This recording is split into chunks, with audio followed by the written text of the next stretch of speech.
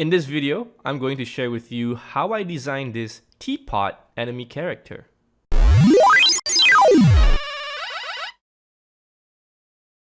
Hey guys, Adam here with another devlog for my game, What the Hex. I'm going to share with you how I designed this Teapot enemy character. So there's a 6-step process that I summarized, and this is especially true for this project that I'm doing, and it may not be the best process for every single project, but it is the one that I'm using for this kind of scope with this amount of resource that I have and for this type of game. So it all starts with the game design and specifically the gameplay mechanics. I'm a game designer by training and I've studied game design specifically, so I've always think about the different gameplay mechanics that I want to explore in my games as the first step. Then I'll figure out which characters that can potentially fit those mechanics. So far you guys have seen this broom enemy character. He's considered a melee or melee character. For those of you who are not familiar with game design terms, melee characters are described as characters that use short range attack. So for example, a sword, they might have an axe, or even their bare hands and limbs and tails and what have you. They use all this to inflict horrible pain to the player. Now in contrast, a range character is a character that shoots from long range, duh, using a bow and arrow for example, or maybe a sniper rifle, or magic spells. So as you can see now, this Teapot enemy is fitting this design archetype of a character that is a range character, and it spits out hot boiling tea at the player. Sorry, I don't know why I came out with an English accent all of a sudden. Maybe it's tea? So step number 2, once I've gotten the basic gameplay mechanic in mind, I then reach out to my freelancer concept artist to further flesh out the character.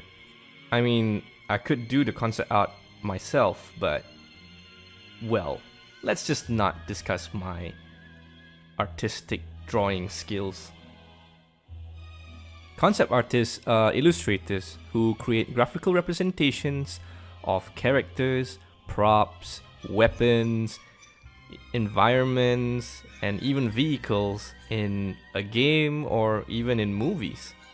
And they do this based on the basic ideas and descriptions from producers, directors, and game designers. Now that I've gotten the look of the character finalized, thanks to the concept artist, it's time to start modeling the character in a 3D software. For me, I'm using Blender as my 3D software since it's very powerful, surprisingly, and it's free. Woohoo! So I'll start with transferring a few reference drawings into the 3D software.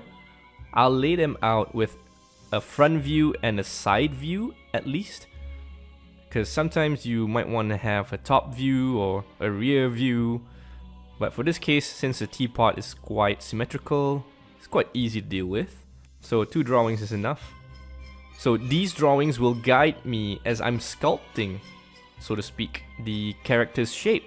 Characters in 3D are made out of basic shapes to start off with, which, depending on the art direction and technical limitation and the type of game that you're making, will then be combined, cut out, stretched, rotated, and manipulated in many ways with other basic shapes to finally form the different pieces of the character.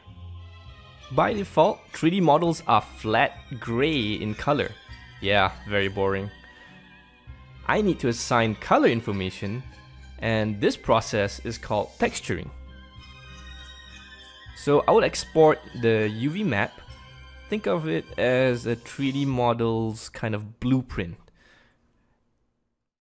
And I'll export it into a 2D graphics software like Photoshop, for example. From there, I would have a color palette set up and I would move the pieces of the UV map to determine which color each piece of the character should be. Then I would go back to Blender and apply it. Okay, next we move on to one more technical and scarier process, which I kid you not, a lot of the artists that I've worked with, especially 3D artists, they're either afraid or they really hate this part. And this is the rigging process. This process is when I give the 3D object bones and some controllers to help with the animation process later. Think of it as me being a puppet master, and to control a puppet, I would need to have specific strings for specific parts of the puppet and a bunch of handles for me to move the puppet accordingly. Oftentimes, it's not enough to just give it bones, but there'll also be times where you need to do a process called paint weights or weight painting. This will communicate to this 3D software and bind specific parts of the objects to very specific parts of bones. It's kind of complicated, so I'm not gonna drag on about it. After all that is done, I can now finally move the character and start making various animation clips, which I will be using in the game software later. The game software that I'm using is Unity, and I'll need to define the various animation clips. So for example, the teapot needs to have an idle animation when the teapot is just standing still, not doing anything. Next, I'll need a movement animation when it's walking towards the player, trying to chase the player down. I will also need an attack animation where it spits out the hot tea. So it spits out the projectile that is aiming towards the player. And then there's also the death animation to show the teapot, well, dying, I guess. There's no need for me to animate the hot tea projectile. There are ways where I'll actually use the code in the game engine itself to move the tea projectile. But that's a story for another time. So that's all I got for this devlog. If you enjoyed the video, as usual, do hit like and subscribe to my channel. And if you support me on Patreon, you get access to exclusive devlogs. And the devlogs will cover more details. For example, in this case, the different commentary I have on each stage of the concept art process. Cool stuff. Alright then, see you guys around. Thanks for watching.